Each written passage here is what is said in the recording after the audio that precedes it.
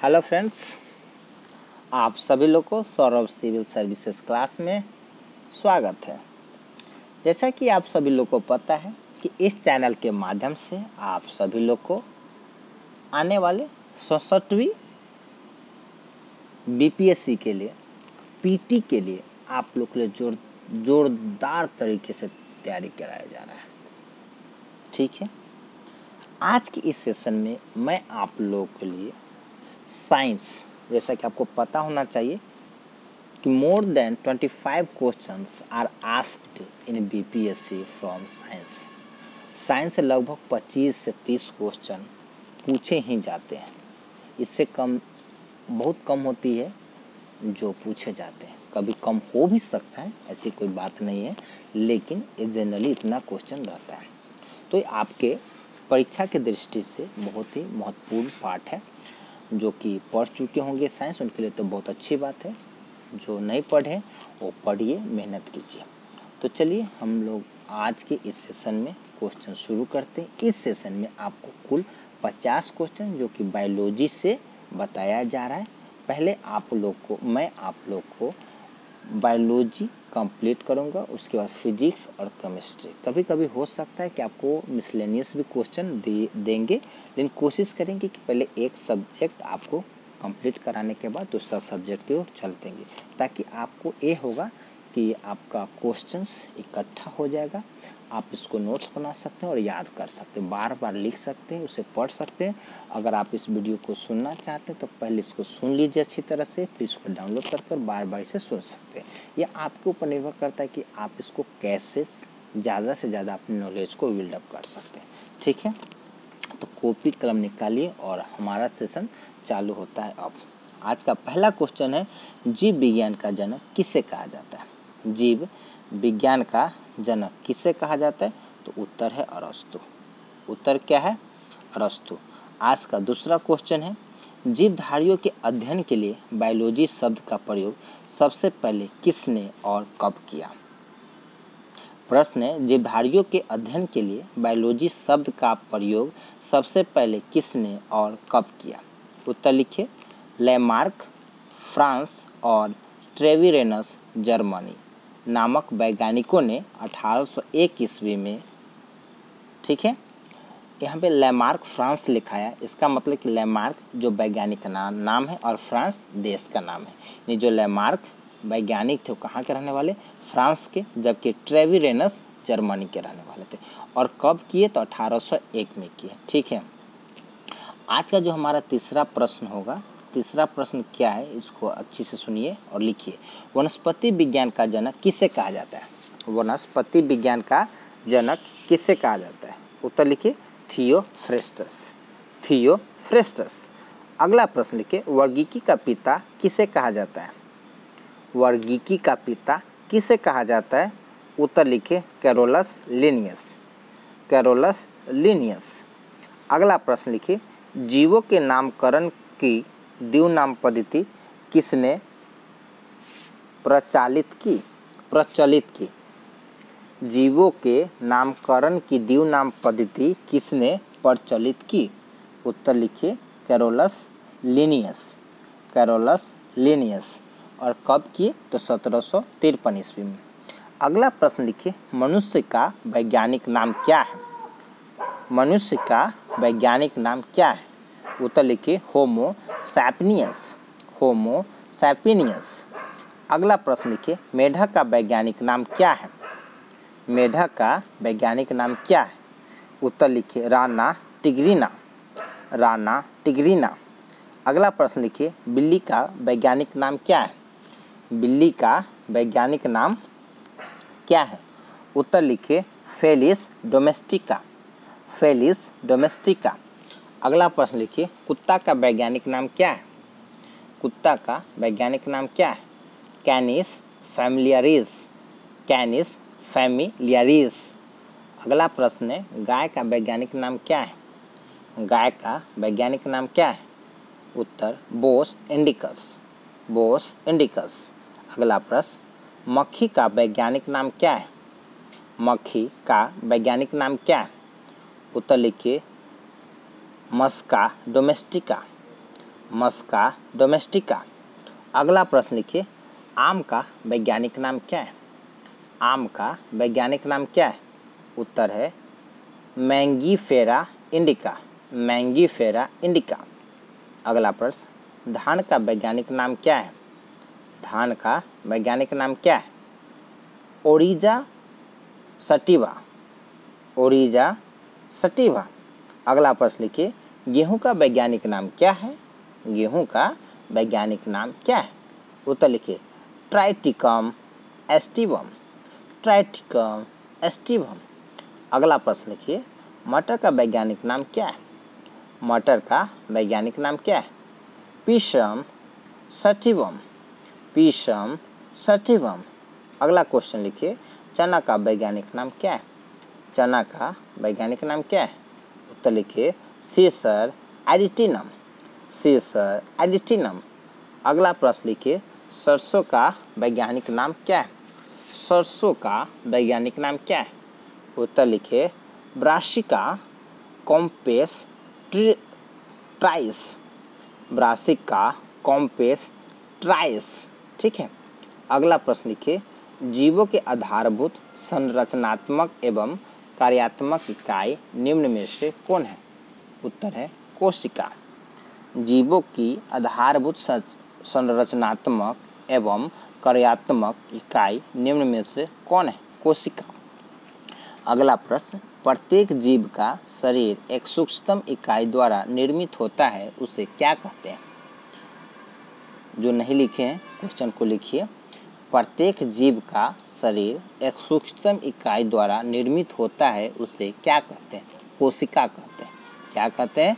कोशिका। अगला प्रश्न, किस शाखा के अंतर्गत कोशिकाओं और उसके अंदर की वस्तुओं की रचना और कार्यकी का अध्ययन किया जाता है? प्रश्न को फिर से मैं दोहरा रहा हूँ। किस शाखा के अंतर्गत कोशिकाओं और उसके अंदर की वस्तुओं की रचना और कार्यकी का अध्ययन किया जाता है? उत्तर लिखिए कोशिका विज्ञान। कोशिका विज्ञान, जिसे साइटोलॉजी कहते हैं। क्या कहते हैं? साइटोलॉजी कहते हैं। अगला प्रश्न लिखिए, कोशिका की खोज किसने की? कोशिका की खोज किसने की? उत्तर लिखिए रॉबर्ट हुक ने। उत्तर क्या है? रॉबर्ट हुक ने, जो ब्रिटिश के रहने वाले, वह एक वनस्पति शास्त्री थे। कौन से शास्त्री? वनस्पति विज्ञान शास्त्री थे, जो कि 1665 ईस्वी में कोशिका की खोज की। तो कोशिका की खोज किसने की? तो आपका जो जवाब होना चाहिए रॉबर्ट हुक। अगला प्रश्न, केंद्रक की खोज किसने की? तो उत्तर लिखिए रॉबर्ट ब्राउन। केंद्रक की खोज किसने की? उत्तर लिखिए रॉबर्ट ब्राउन। ठीक है। अगला प्रश्न लिखिए, जीव द्रव की खोज किसने की? तो उत्तर है डुजार्डेन। जीव द्रव की खोज किसने की? उत्तर है डुजार्डेन। अगला प्रश्न है, किस वनस्पति वैज्ञानिक ने कहा कि पादपों का शरीर सूक्ष्म कोशिकाओं का बना होता है? किस वनस्पति वैज्ञानिक ने कहा कि पादपों का शरीर सूक्ष्म कोशिकाओं का बना होता है? तो लिखिए स्लाइडेन। उत्तर है स्लाइडेन। अगला प्रश्न लिखिए, निम्न में से कौन जंतु विज्ञान शास्त्री बताया कि जंतुओं का शरीर सूक्ष्म कोशिकाओं का बना होता है? निम्न में से कौन जंतु विज्ञान शास्त्री बताया कि जंतुओं का शरीर सूक्ष्म कोशिकाओं का बना होता है? उत्तर लिखिए श्वान।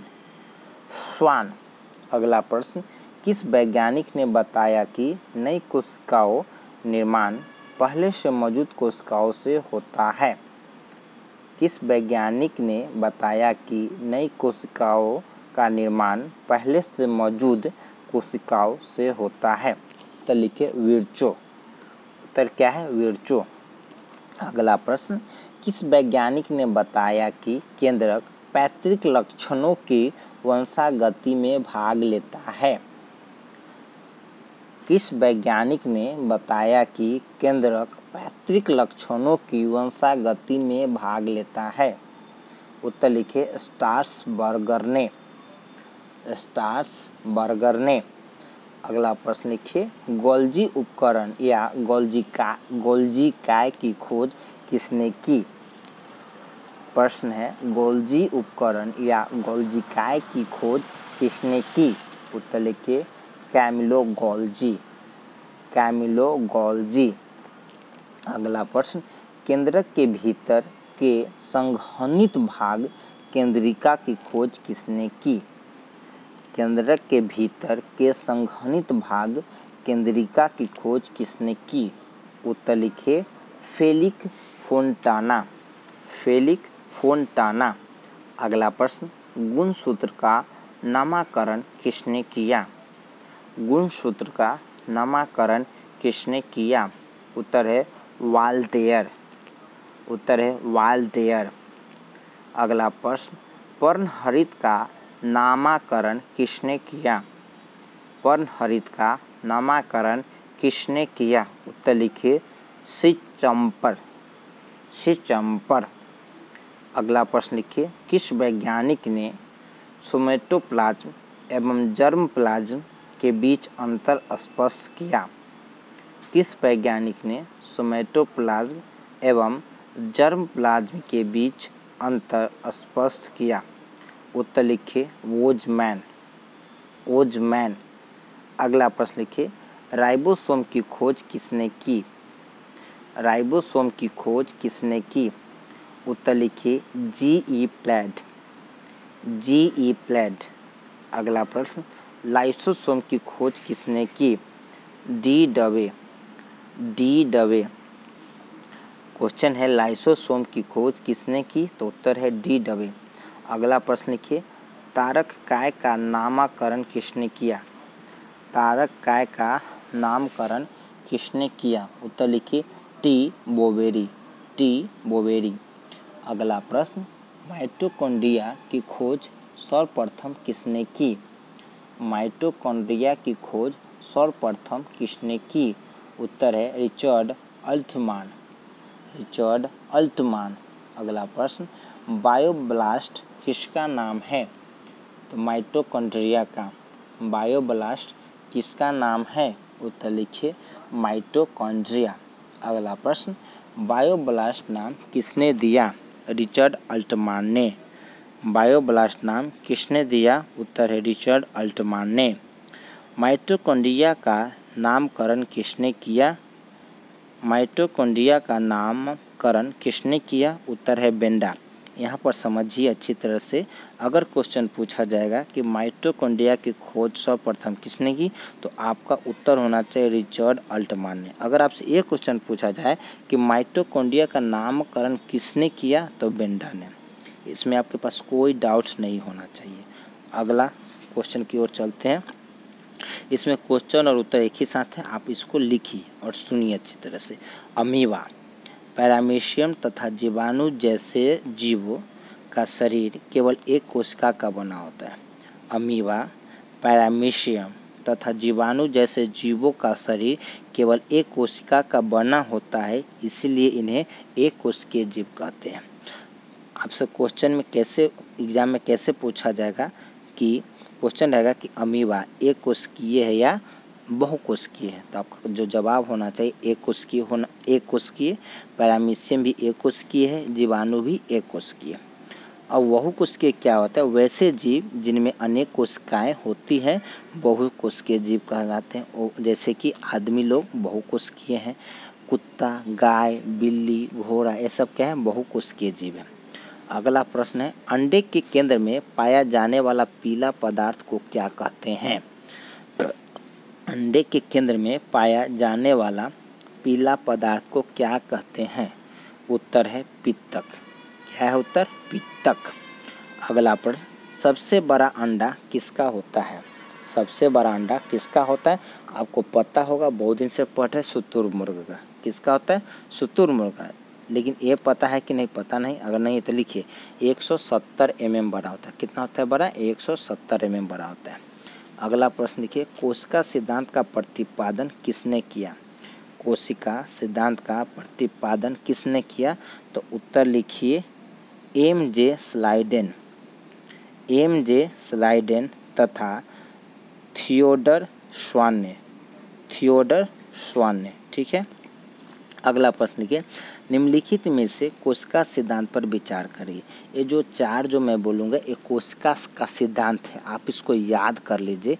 आपको एग्जाम में जब कोशिका सिद्धांत के बारे में पूछ ले कि इसमें से कौन सा कोशिका सिद्धांत है और कौन सा कोशिका सिद्धांत नहीं है, इसमें से दो हो सकते हैं, एक हो सकते हैं, या इसमें से पूरे के पूरे हो सकते हैं। तो जो पहला सिद्धांत है, प्रत्येक जीव का शरीर एक कोशिका या अन्य कोशिका का बना होता है। बिल्कुल, जैसे कि अमीबा एक कोशिकीय है जबकि घोड़ा बहुकोशिकीय जीव है। अगला पॉइंट है, प्रत्येक जीव की उत्पत्ति एक कोशिका से होती है। बिल्कुल, कि जब नए कोशिका की उत्पत्ति पुराने कोशिका से ही होती है।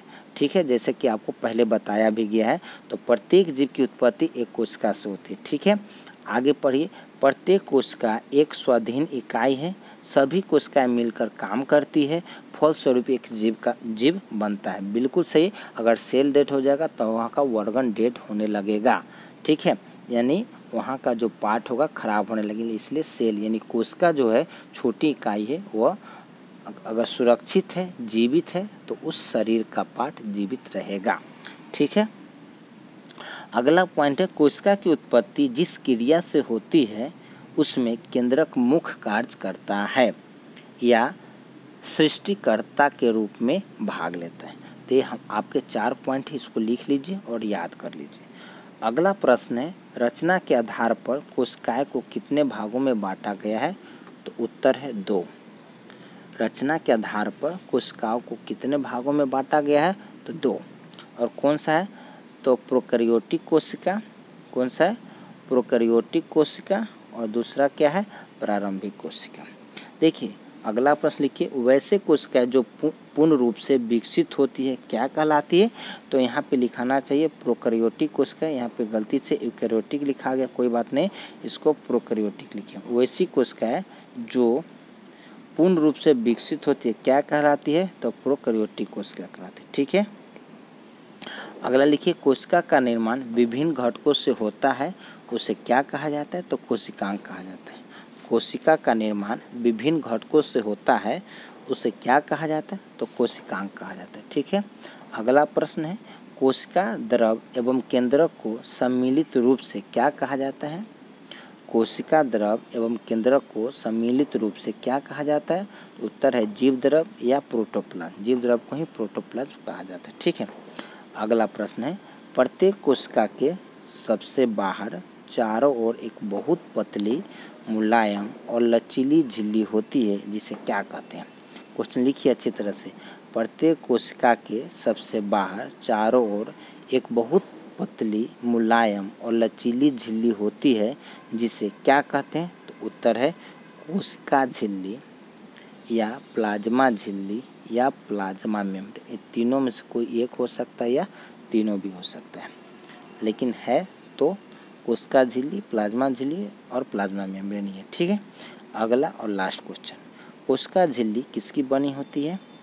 कोशिका झिल्ली किसकी बनी होती है? तो लिपिड और प्रोटीन की।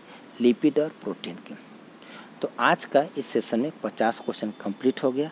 आपको हर सेशन में जो साइंस का जो होगा उसमें मैं आपको कोशिश करूँगा 50-50 क्वेश्चन बताने की, ताकि आपको सही समय से एग्ज़ाम से पहले आपकी कोर्स कंप्लीट हो सके और आप आसानी से आप अपना एग्ज़ाम फेस कीजिए और पास हुई और सफल हुई। यह साइंस का क्वेश्चन आपके बहुत सारे एग्ज़ाम में पूछा जाता है, रेलवे में भी पूछा जाता है और बहुत सारे कंपटीशन एवं कमीशन, यहाँ तक कि यूपीएससी में भी क्वेश्चन पूछा जाता है।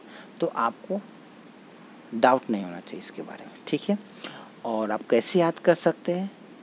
अगर आप मुझसे जानना चाहेंगे तो मैं आपको बताऊंगा कि अगर आप लिख कर याद कर सकते तो लिखिए, आप इसको सुनकर याद करते तो सुनिए। अगर आप इसको पहले आप इसको याद कीजिए और अपने दोस्तों के बीच में क्वेश्चन कीजिए, जवाब दीजिए, क्वेश्चन पूछिए और जवाब सुनिए, ताकि आपको पूछने और जवाब देने दोनों का भी यहाँ पे प्रयास होते रहेगा और आपका ज्ञान भी बढ़ते रहेगा। तो चलिए इस सेशन में इतना ही, फिर हम लोग अगले सेशन में मिलेंगे। तब तक आप तैयारी करते रहिए, keep practising, keep going ahead and you will be better and you will be succeed. Okay, तब तक के लिए खुश रहिए, बाय।